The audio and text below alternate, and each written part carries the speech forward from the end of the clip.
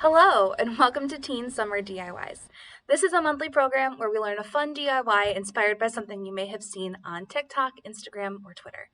This month, we are making these really cool DIY lanyards. They can be used to hold your keys, they can be used as a chain for your mask, whatever you would like to use them for. They're really convenient and they're really easy. In your kit, you will find two different colors of yarn. I'm going to use gray and red, and a 4mm crochet hook. If you ever decide to learn how to fully crochet beyond this, there are various sizes of hooks. For this yarn and this project, a 4mm is what we're using. So, with your crochet hook, take color number 1, whatever you want to be your first color. I'm going to start with gray here. And the first thing you need to do is make a slip knot. So I'm going to take 2 fingers, I'm going to wrap this around my 2 fingers, kind of make a little loop here as if I'm pinching. Pull your yarn through the loop, and then tighten. So you've got a nice loop there, and that way if you pull on either the tail end or the main end, it should tighten your loop. And you want to tighten that loop around your hook. So here's the top of the hook. I'm just going to pull it tight. Not too tight. You want to be able to stick the hook back in and out of the loops that you're making. So you don't want it to be absolutely tight that you feel like you can't get any space in there. I left a nice long 5-inch tail, more or less. You're going to want to have that because it's going to be a key part of how we make our loops at the end here. Here's my demo. So even longer is even better. So the first thing we want to do is make a chain that is longer than we probably need it because as we add in our second color, it's going to shrink. So you want to measure it about 24 to 27 inches, depending on what you're using it for. Mine's a little shorter because it's just meant to be a lanyard. But whatever you're comfortable with, a good test as we're going is always just to hold it around our neck if we're going to be wearing it as a mask chain, or loop it around your hand or over your neck like this to see if it's where you want your keys to fall if you're ever going to wear it as a lanyard. So depending on what you want to use it for, that's how long you'll make it. But the key is to chain stitch. That's the stitch we're going to do. So make sure you're not picking up your tail. If it helps to kind of make a little temporary knot in your tail so you know not to use it, you can do that. Take your long end. You don't want to cut it off of your ball of yarn. You can keep going out of the ball of yarn. Wrap it around your hook and then pinch the knot here and pull that new thread through the loop you've made, creating a new loop. That is a chain stitch. We're going to do that so many times. On my sample, I think I did it 175 times. You can do it in groups of 10. You can just do it till it measures what you want. You don't have to count if you don't want to. I like counting in groups of 10. That's my own thing. So you'll go ahead and just keep on wrapping and pulling through. Wrapping and pulling through. And again, we don't want it to be too tight. These are pretty spacious stitches here, you can see, because we're going to want to stitch more colors into them.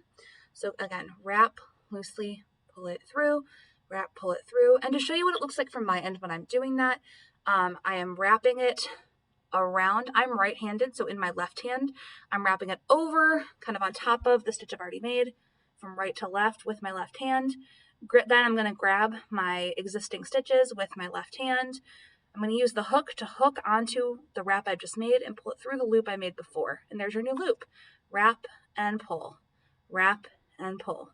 For the sake of the demo, I'm not going to make a very long one, so I'm just going to make mine a little longer so you can see. But again, you want yours to be long enough for whatever purpose you're using it for.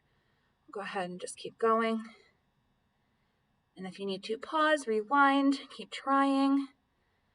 Slow it down, whatever works for you. I've been crocheting not very long, probably about 6 months now, so I've gotten it down to where I can do it decently fast, but you should see some of the other staffers at the library. They go so fast when they crochet.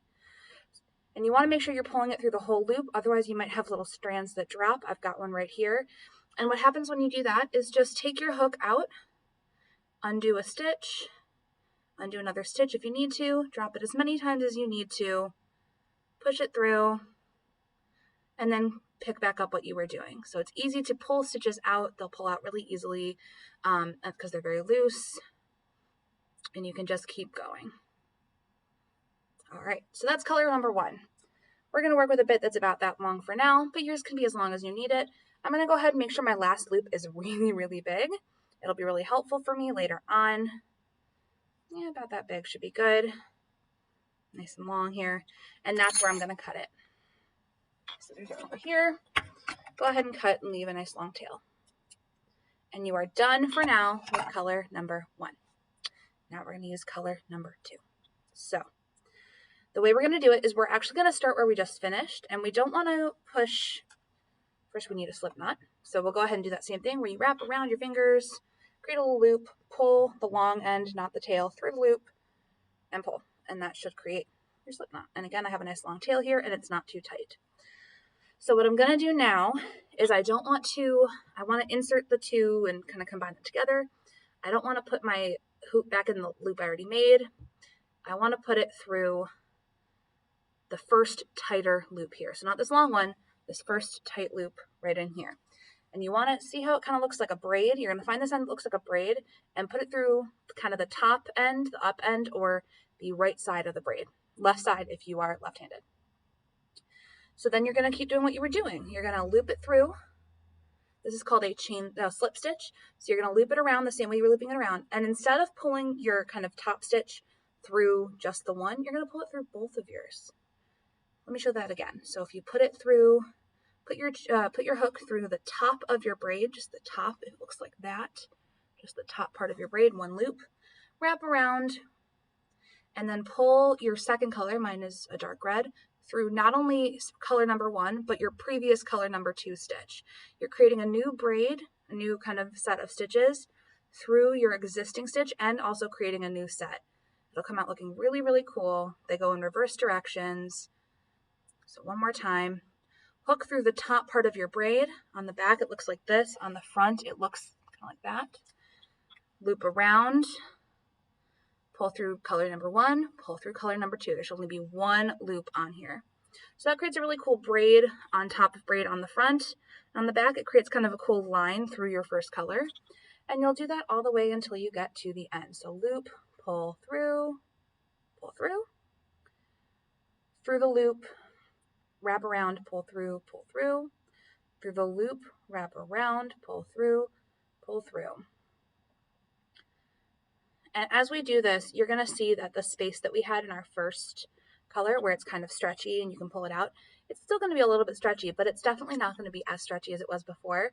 So wherever you measured it to the first time around, you're going to lose a little bit of that length, and that's okay. So go ahead and keep doing that.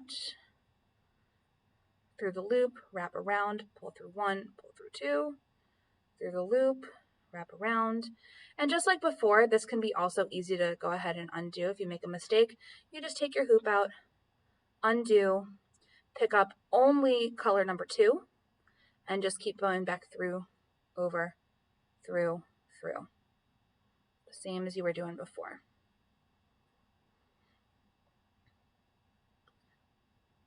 Both the slip stitch that we're using now and the chain stitch that we use to create our base, I keep calling it a base braid because on one side it looks like a braid to me, but our base kind of chain there, that's why it's called a chain stitch, are very, very basic stitches in the world of crochet. People who crochet lots of different things will use them to create edges, to create long strings like this.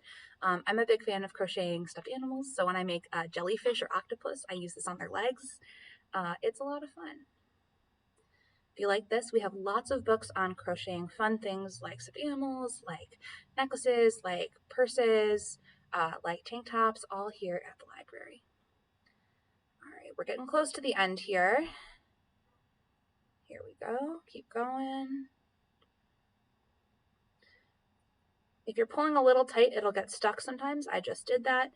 So you'll want to make sure you leave a lot of space in your stitches so you don't end up having difficulty pulling them through the way that I am right now. Pull through.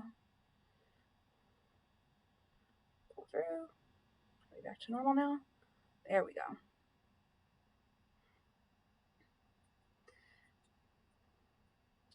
So total, each side of the chain can take you anywhere from 15 to 45 minutes. That's fine. That's very normal. I'm doing this fast and I'm doing it very, very short just to show you a demonstration.